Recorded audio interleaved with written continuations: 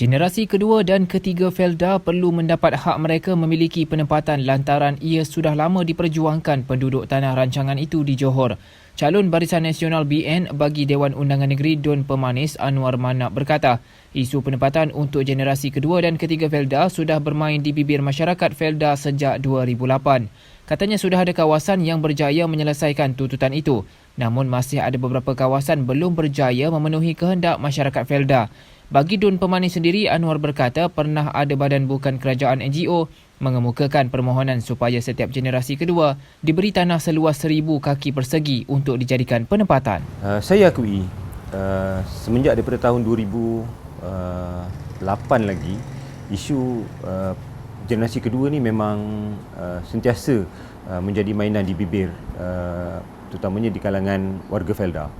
Kenapa? Sebab ada beberapa kawasan memang dah selesai pembangunan, penempatan dan generasi kedua ni dapat menikmati kemudahan yang telah diberikan. Tetapi ada juga beberapa kawasan Felda yang masih belum dapat dilaksanakan pembangunan perumahan untuk generasi kedua oleh kerana faktor pertama, kegagalan kontraktor, kegagalan pengurusan tanah dan juga kegagalan pihak Felda sendiri untuk memastikan pengurusan rumah generasi kedua ini dapat dilaksanakan. Bagi saya sebagai calon di N03 Pemanis, saya menghadapi masalah yang sama juga, terutama di kawasan Felda Pemanis sendiri, iaitu penempatan generasi kedua ini masih menjadi sesuatu harapan kepada generasi kedua dan ketiga di tanah rancangan Felda. Kenapa? Sebab sebelum ini ada diserahkan satu projek perumahan di tanah rancangan Felda Pemanis, tetapi oleh kerana kegagalan kontraktor, maka projek itu terbengkalai dan akhirnya projek itu langsung tak dapat nak dilaksanakan.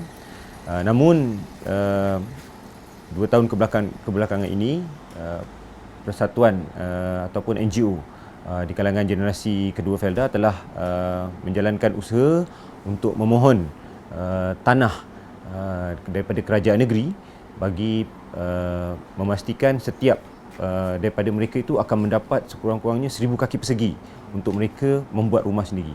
Hanya tanah, sebidang tanah yang mereka perlu bayar premium dan mereka boleh bangunkan apabila diberikan kelulusan nanti. Cuma saya dimaklumkan oleh kerajaan negeri, proses permohonan itu telah sampai kepada pihak negeri Johor, tetapi masih belum dapat dimasukkan dalam mesyuarat Majlis Mesyuarat Kerajaan Negeri. Mungkin kerana pilihan raya pun telah Dewan Undangan Negeri telah dibubarkan. Jadi kita tunggu.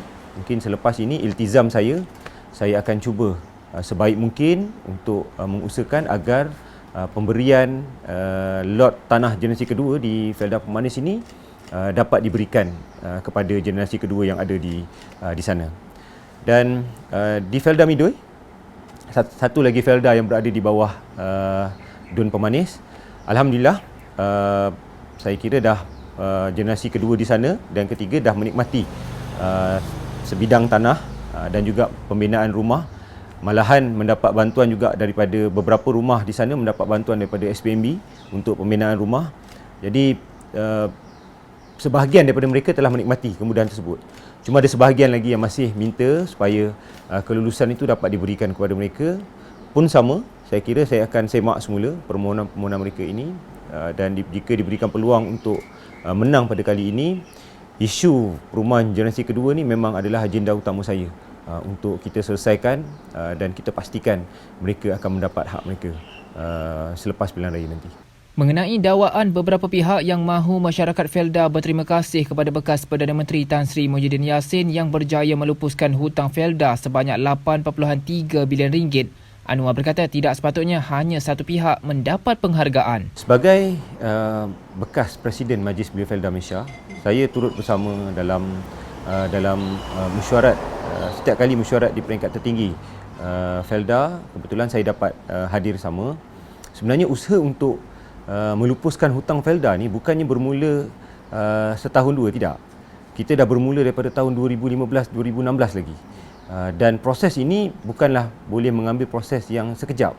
Dia melalui proses yang panjang. Oleh kerana proses menyelaraskan hutang peneroka ini dilihat banyak, termasuklah hutang melibatkan pertanian, hutang melibatkan perumahan, hutang melibatkan pendidikan anak-anak, ada juga hutang melibatkan perbelanjaan makanan. Jadi hutang ini banyak, termasuklah hutang kebun yang jumlahnya mencecah sehingga hampir 150 hingga 160 ribu untuk seorang peneroka.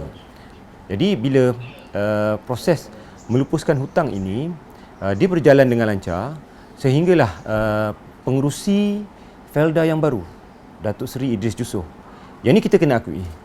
Saya lihat selepas beliau naik menjadi pengerusi, antara perkara pokok pertama yang beliau minta supaya diselesaikan ialah melupuskan hutang peneroka Felda. Tapi bukan 100%, sehingga 70%. Ada yang 50%, ada yang 30%, ada yang 20%, ada yang 10%, malah ada yang tak ada hutang. Bagaimana kita nak lupuskan hutang-hutang ni? Ada yang sehingga 70%. Daripada 140,000, hutang mereka tinggal 40,000. Kenapa 40,000? Kenapa tak dihabiskan? Kerana dilihat 40,000 tu adalah jumlah hutang secara logiknya mereka boleh bayar. Jadi kalau disebut jasa Muhyiddin Yassin, Tan Sri Muhyiddin Yassin melupuskan hutang ini, saya kira dia tak boleh ambil kredit tu seorang. Sebab tahun 2016, 2015, saya kira Perdana Menteri masa itu yang memang dekat di hati peneroka-peneroka Felda, yang berhormat Datuk Seri Muhammad Najib Tun Abdul Razak, adalah antara pemimpin yang dah minta supaya urusan pelarasan hutang ini dilaksanakan. Malahan pelupusan itu pun dilakukan, cuma tidak pada jumlah yang besar, 5,000 gitu kan. Jadi saya kira perkara itu kita laksanakan sehinggalah zaman tahun 2021, apabila pelarasan itu benar-benar dapat diselaraskan, maka hutang itu dapat dilupuskan. Dan kebetulan Perdana Menterinya adalah Tan Sri Muhyiddin Yassin.